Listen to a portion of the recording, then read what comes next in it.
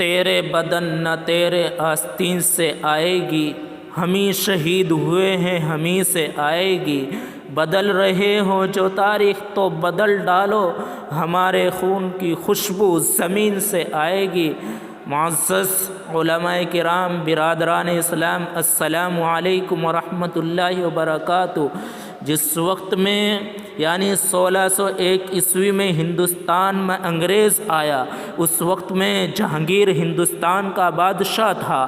پورے ہندوستان کی زبان فارسی تھی اور دہلی کے علاقے میں 1000 دینی مدارس تھے۔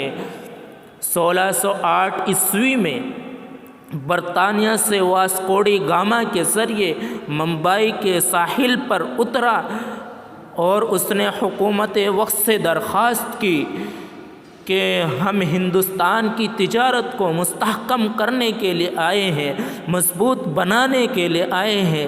حکومت وقت نے اجازت دے دی اور بہت زیادہ اجازت دی، ریاستوں کی ریاستی ان کے نام پر ہبہ کر دی۔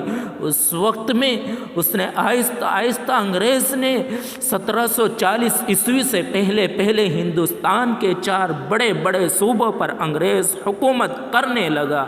معزز حضرات، پھر میدان میں اکابر آتے ہیں، علماء آتے ہیں، سراج الدولہ مولانا ابوالکلام آزاد اور سلطان ٹیپو شہید رحمۃ اللہ علیہ نے 1792 عیسوی میں انگریز فوج کو مقابلے کی دعوت دی، لڑنے کی دعوت دی۔ وہ تنہ تنہ لڑتا رہا، جھگڑتا رہا اور اس نے 4 میسور کی لڑائیاں لڑی، لیکن انگریز بڑی شاطر قوم تھی۔ اس نے سوچا کہ ہم سلطان کے حملوں کو اس طرح ختم نہیں کر سکتے۔ اس نے سلطان ٹیپو شہید رحمۃ اللہ علیہ کے میر صادق کو 900 مربع زمین کا لالچ دے کر خرید لیا۔ اس طرح اپنوں کی غداری کی وجہ سے 1799 عیسوی میں سلطان ٹیپو شہید رحمۃ اللہ علیہ کو شہید کر دیا گیا۔ لیکن اس مرد مجاہد نے کیا کہا تھا میرے عزیزان گرامی؟ اس نے کہا تھا اس وقت میں کہ شیر کی 1 دن کی زندگی گیدڑ کی 100 سالہ زندگی سے بہتر ہے۔ انگریز فوجی ان کی نعش پر کھڑے ہو کر یہ کہتا ہے کہ آج ہندوستان ہمارا ہے، اس خمار میں کہ اب کوئی طاقت، کوئی قوت، کوئی جماعت ہمارا مقابلہ کرنے والی، ہمارے پنجے میں پنجہ ڈالنے والی نہیں ہے۔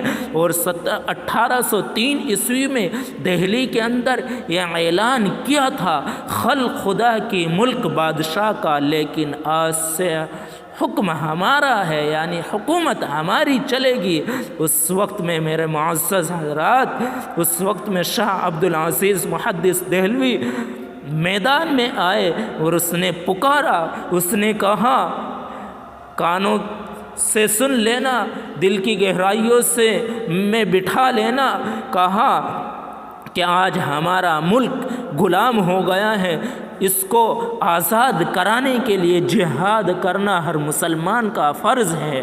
یہ وہ اعلان تھا اور ایسا اعلان تھا اور ایسے وقت میں اعلان تھا کہ اس عالم دین کے علاوہ کوئی مائی کا لال ہندوستان کے اندر ایسا نہیں تھا جو ایسٹ انڈیا کمپنی کے مقابلے میں اپنی زبان سے آزادی وطن کے لیے جہاد کے نعرہ کو بلند کر سکتا ہو۔ اس اعلان اور اس آواز کا ان کو بہت زیادہ بدلہ بھی ملا، ان کی جائیداد کو قرق کر لیا گیا، ان کی آنکھوں کی بینائی زہر کی وجہ سے جاتی رہی، اس کو طرح طرح کی تکلیفیں دی گئی، ان کو دہلی سے شہر بدر کر دیا گیا، مگر اس مرد مجاہد نے بڑی سے بڑی تکلیف کو سہا اور جو موقف اختیار کیا تھا اس سے 1 انچ بھی پیچھے نہ ہٹا، اور اس نے اپنی موت سے پہلے اس امانت کو سنبھالنے والے 2 شخص تیار کر دیے۔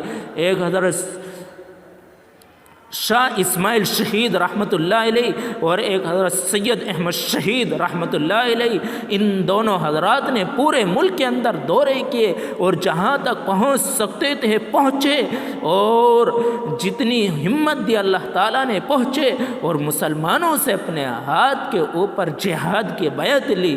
میرا عزیز ساتھی حضرات، علماء کرام کی قربانیوں کو پڑھو، ان کے نمونوں کو، ان کی زندگیوں کو اپنا نمونہ بناؤ، ان کی زندگیوں کو اپنا زندگی